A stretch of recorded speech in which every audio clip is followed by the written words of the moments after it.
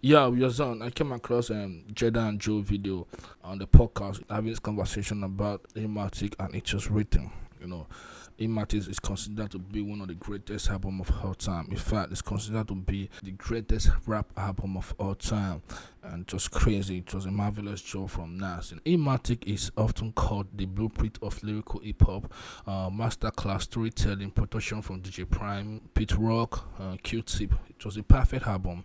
And the funny thing is, Nas wrote some of those songs when he was just 17, 18, 19, and at 20 years old, the album dropped. At 20 years old, dropped the album to be considered the greatest rap album of all time. That's crazy, man. 20 years old in Nigeria. So I'm probably gonna read you guys from top 10 greatest rap album of all time, and I believe I have some questions. Number one is Nas. Illmatic came out in 1994.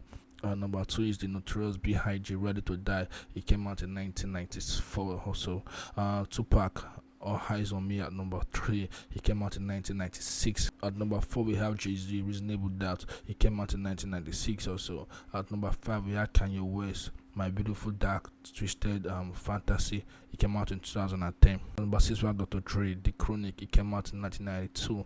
At number 7 we had Outkast and Stankonia. At number 8 we have Kendrick Lamar, People Butterfly. It came out in 2015. At number 9 we have Wu-Tang, Enter the Wu-Tang 36 Chambers. It came out in 1993. At number 10 we have Eminem, The Marshall Mathers LP. It came out in 2000. Then I have a question to ask. I'm not trying to cause controversy or anything. I'm just trying to ask because there's never been a Jay-Z year in the hip-hop industry.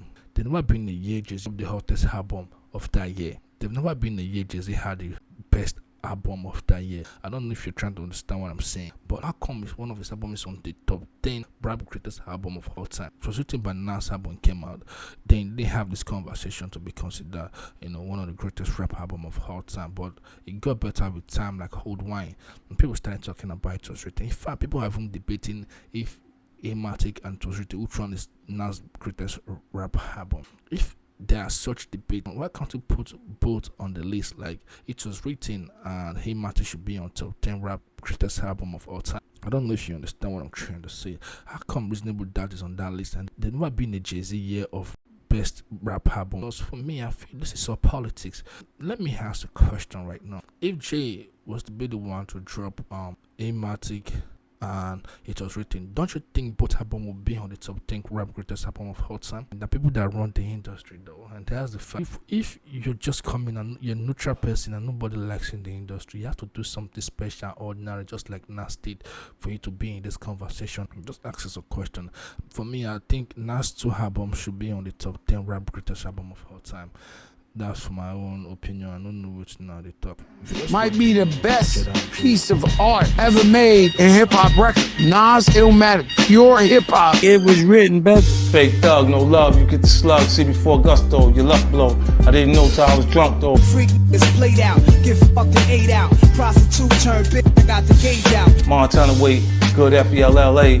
Verbal AK spray, dipped the chat sheet, jumped out the range, emptied out the ashtray. But Illmatic did something to my soul, but it was written did something to my bloodstream. Illmatic just changed the whole game, changed how everybody was rapping. It gave you a modern day glimpse at the time of what Queensbridge was about. Illmatic is a masterpiece. Yes. That's like one of my favorite hip-hop albums of all time.